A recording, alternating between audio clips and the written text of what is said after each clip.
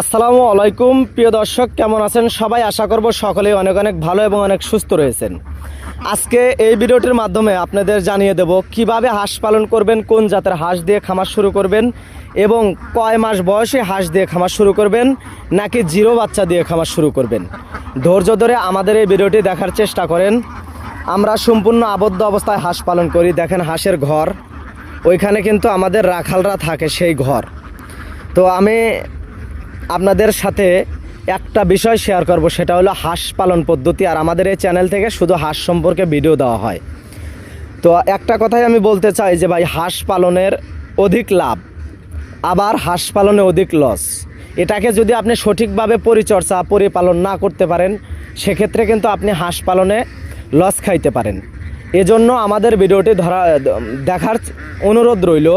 আর আপনি যদি আমাদের চ্যানেলে নতুন হয়ে থাকেন, তাহলে অবশ্যই আমাদের এই চ্যানেলটি সাবস্ক্রাইব করে রাখার অনুরোধ রইল।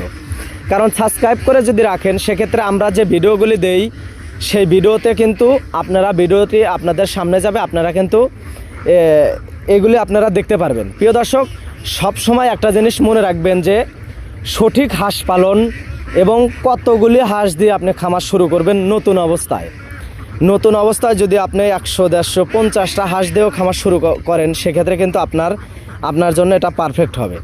প্রিয় দর্শক, আমাদের এইখানে কিন্তু বর্ষার পানি ছিল, পুরা জমিনটাতে বর্ষার পানি ছিল। তো বর্ষার পানিটা এখন নেমে গেছে, যার কারণে এখন আমরা আবদ্ধ করে ফেলছি। দেখেন আমাদের কিন্তু হাউজিং সিস্টেম করা, অর্থাৎ আমাদের যে এই হাউসটা দেখতে পাচ্ছেন, এটা মূলত হাঁসের জন্য পানি রাখা হয় এবং অপর সাইডেরটা কিন্তু হাঁসের খাবার দেওয়ার ব্যবস্থা করা হয়েছে। এবং এইখানে কিন্তু আমাদের দেখেন প্রজেক্ট সিস্টেম করা আছে। যেহেতু কারেন্টের কোনো ব্যবস্থা নাই, সেক্ষেত্রে আমরা এটা মেশিনের মাধ্যমে পানিটা উঠাই। আর অনেকেই আপনারা কমেন্ট করেন যে ভাই, আসলে পুকুরের পানিতে আবদ্ধ অবস্থায় হাঁস পালন করা যাবে কি না।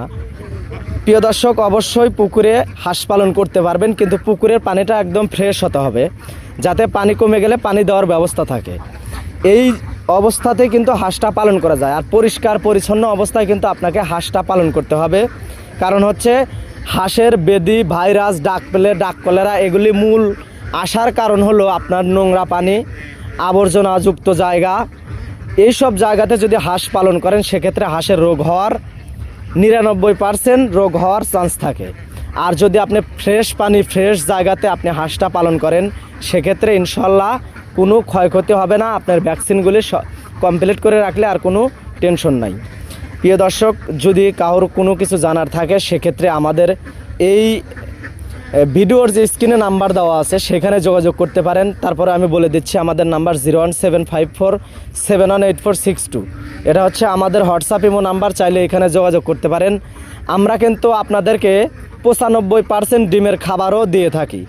প্রিয় দর্শক, মিক্সার খাবার মাত্র 46 টাকা কেজি। এই খাবার কিন্তু আমরা খাওয়াই, প্লাস এটার রেজাল্ট ভালো হওয়ার কারণে কিন্তু আপনাদেরকেও দেই। তো আমাদের চ্যানেলের সাথে থাকার চেষ্টা করবেন। ভিডিওটি ভালো লাগলে শেয়ার করে অন্যকে দেখার সুযোগ করে দিবেন। সবাই ভালো থাকবেন, সুস্থ থাকবেন। দেখা হবে পরবর্তী কোনো ভিডিওতে। আসসালামু আলাইকুম রহমতুল্লাহি ওয়া বারাকাতুহু।